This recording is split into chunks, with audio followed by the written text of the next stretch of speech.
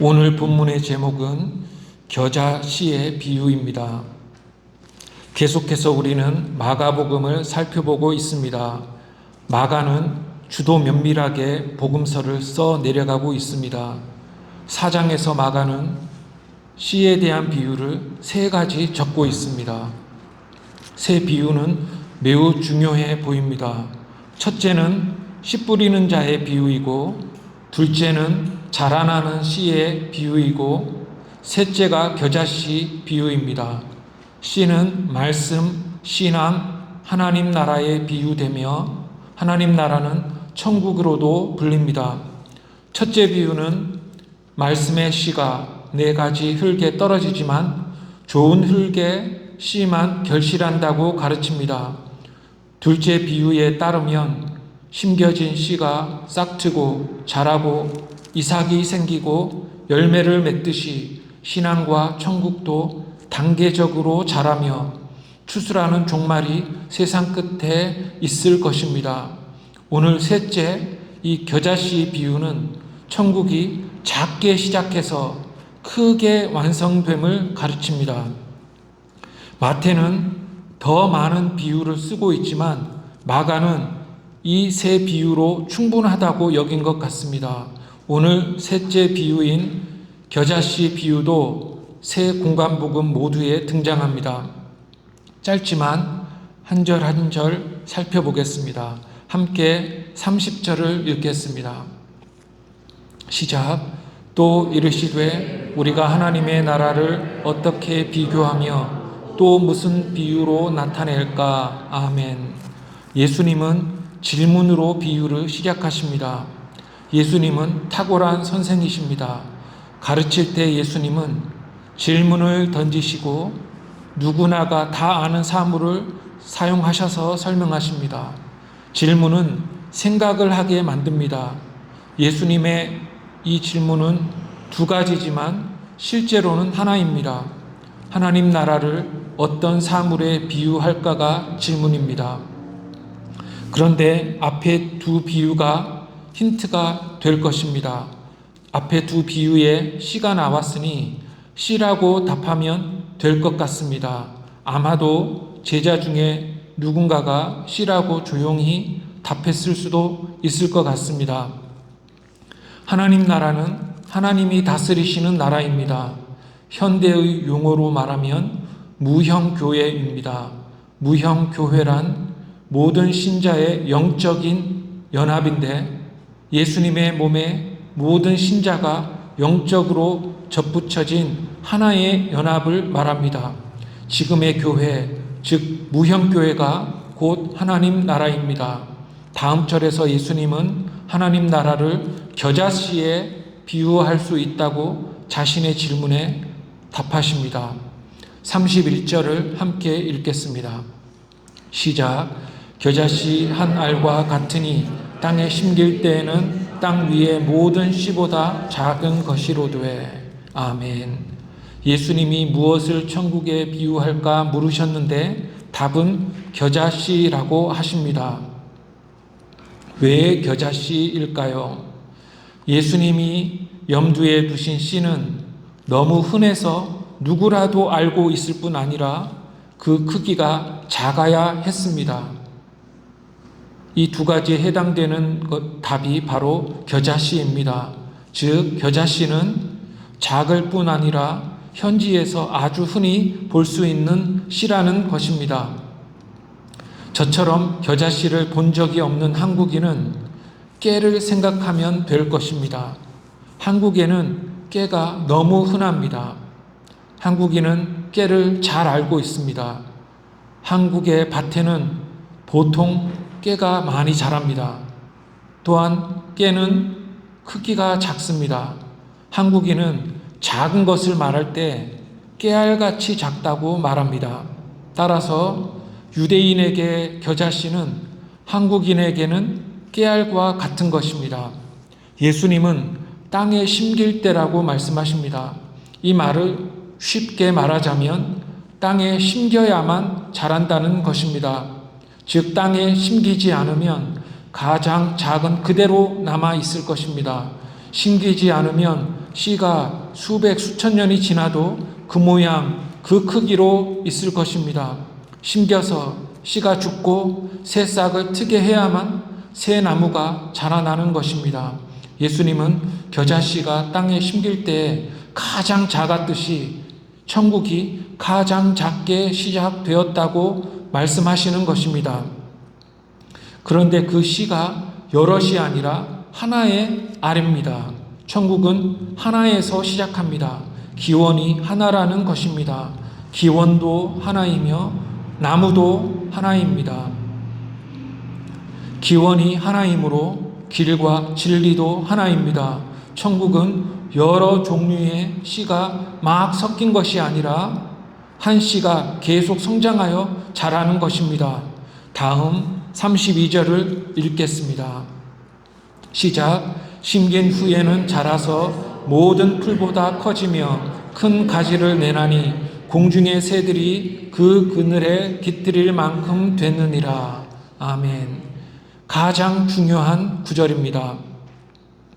작게 시작한 천국이 크게 자라나서 큰 나무, 즉 거목이 된다는 것입니다. 거목이 된다는 말은 없지만은 가지가 크다고 하니까 큰 나무라고 말해도 됩니다. 큰 가지에 공중의 새들이 깃들인다고 하니 거목이라고 하는 것이 옳습니다. 큰 나무는 모든 풀과 대조가 됩니다. 한글 성경이 풀이라고 번역한 단어를 ESV 성경은 정원 식물이라고 번역하고 어떤 성경은 채소라고도 번역하는데 저는 풀이 가장 적절한 번역이라고 생각이 됩니다. 겨자는 풀이고 나무가 아닙니다. 마가복음 4장에 나오는 앞에 두 비유는 보리나 밀 같은 곡물의 결실을 말하지만 이 셋째 씨 비유에서는 작은 씨가 큰 나무가 된다는 것입니다. 즉 앞에 두 비유와는 달리 이 비유는 작고 약하게 시작한 천국이 크고 견고하게 자라남을 가리킨다는 것입니다. 예수님은 세상의 모든 풀과 이 큰 나무를 비교하십니다. 둘은 차원이 다릅니다. 차이가 너무 많이 나서 비교가 안 됩니다. 하나는 그저 풀이고 다른 하나는 거목입니다. 다른 많은 씨도 자라나지만 풀에 그치고 말 것인데 천국은 끊임없이 거목으로 자라난다는 것입니다. 그래서 천국이 세상에 없는 거목이 될 것이라는 것입니다.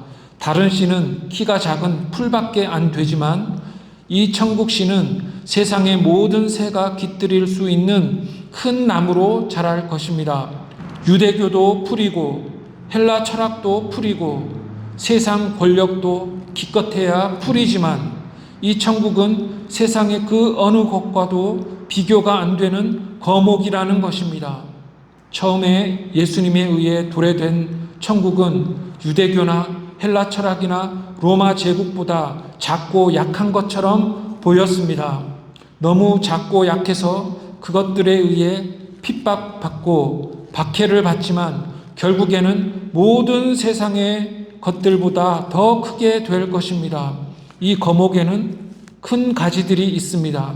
새가 풀에 앉으면 풀은 짓밟혀 버리지만 큰 가지를 가진 이 거목은 모든 저항과 대적과 고난을 견딥니다. 즉 가지가 말하는 바는 견고함입니다. 즉 교회는 큰 가지와 같이 견고합니다. 저는 이 표현에서 씨의 성장에 반하는 저항을 느낍니다.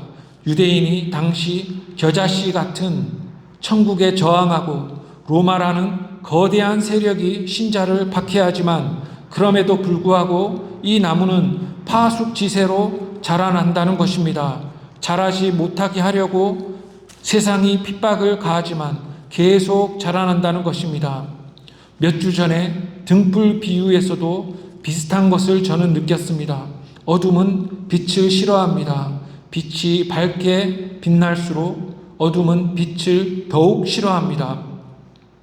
그래서 높이 들려 밝게 빛나는 등불 같은 성도는 어둠의 세력에 의해 핍박을 받는 것입니다. 그러나 핍박에도 불구하고 교회는 계속 빛을 밝혔고 계속 성장했습니다. 공회가 사도들에게 예수 이름으로 말하는 것을 금해도 그들은 전파했고 나무는 자랐습니다. 헤롯이 복음 전파를 금하고 교회의 지도자를 죽여도 복음은 전파되고 나무는 계속 자랐습니다. 어떠한 위협을 가해도 이 나무는 자라났습니다. 비가 오고 눈이 오고 폭풍이 쳐도 이 나무를 넘어뜨리지 못하는 것입니다. 풀로 자라나 끝날 줄 알았던 씨가 세상에서 가장 큰 나무가 되었는데 그 나무의 가지가 커서 거기에 공중의 새들이 깃들인다고 합니다. 어릴 적 다니던 교회에서 불렀던 찬송가가 기억이 납니다. 예수는 참포도나무, 우리는 가지이니라는 가사로 시작하는 찬송가입니다.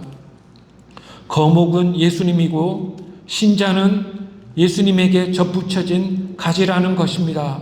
그리고 가지는 나무를 닮아서 결실합니다. 즉 모든 성도는 이 큰 나무의 가지인 것입니다. 가지들은 이 큰 나무에서 접붙여져 교제하며 열매를 맺습니다. 가지는 공의와 정의입니다. 풀은 아무것도 지탱할 수 없어서 허물어져 버리지만 가지는 무거운 것이 얹어져도 거뜬합니다. 그러므로 이 공의로운 가지는 심판을 견딜 것입니다. 이것이 보편교회의 모습입니다. 하나님 나라가 이와 같다는 것입니다. 이 비유의 핵심은 겨자씨처럼 작게 시작한 하나님 나라가 큰 나무로 성장한다는 것입니다. 이로써 씨와 관련된 세 비유가 끝이 납니다. 그 다음 두 구절은 예수님이 왜 비유로 가르치시는지를 다시 한번 설명합니다. 함께 33절과 34절을 읽겠습니다. 시작.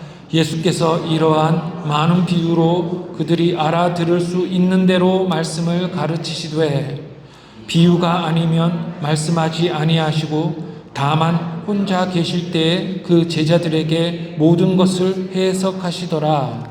아멘. 이 두 구절은 4장에 나오는 새 씨앗 비유의 결론입니다. 무엇보다도 예수님은 사람들이 알아들을 수 있는 대로 말씀을 가르치십니다. 우리는 이해하지 못하는 것을 배우지 못합니다.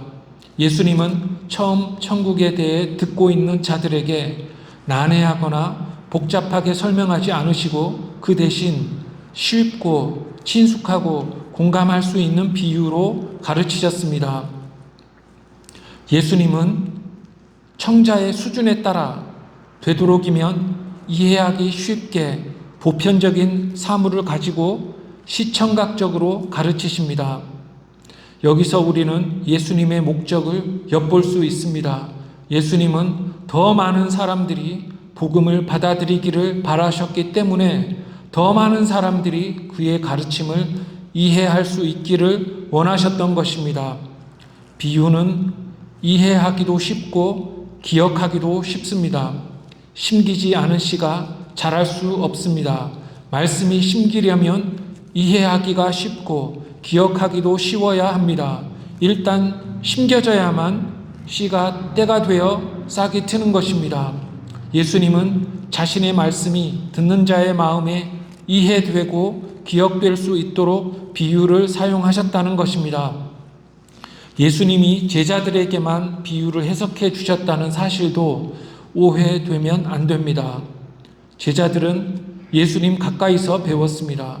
제자들을 통해서 이후 신자들이 배웠고 그러한 전수의 과정을 통해서 지금의 교회가 존재하고 있는 것입니다. 그러므로 예수님이 비유로 가르쳐 감추신 것이 아니라 결국 이후 단계에서 제자들과 신자들을 통해 신앙과 진리가 끊임없이 전달될 것입니다. 예수님의 말씀이 성경과 제자들과 신자들을 통해 오늘날까지 전수되었습니다. 이것이 오늘 본문의 내용입니다. 본문의 내용을 두 가지로 요약하면서 말씀을 맺겠습니다. 첫째, 겨자씨만큼 작게 시작된 천국은 결국 크게 완성이 될 것입니다. 지난주에 언급했듯이 이 말씀은 거듭나는 신자가 없어 낙심하고 있던 제자들을 격려했을 것입니다. 하나님 나라의 시작은 작고 연약해서 천대받고 박해를 받았지만 결국은 거목처럼 성장할 것이므로 낙심하지 말고 이를 위해 열심히 전도의 사역을 감당해야 한다는 것입니다. 모든 씨 뿌리는 자의 마음도 그러해야 합니다. 농부가 오늘 씨를 뿌리고 내일 싹이 없다고 실망하는 것이 말이 안 되듯이 우리도 씨를 뿌린 후에 싹이 느리게 나고 성장이 느리다고 낙심하지 말아야 한다는 것입니다.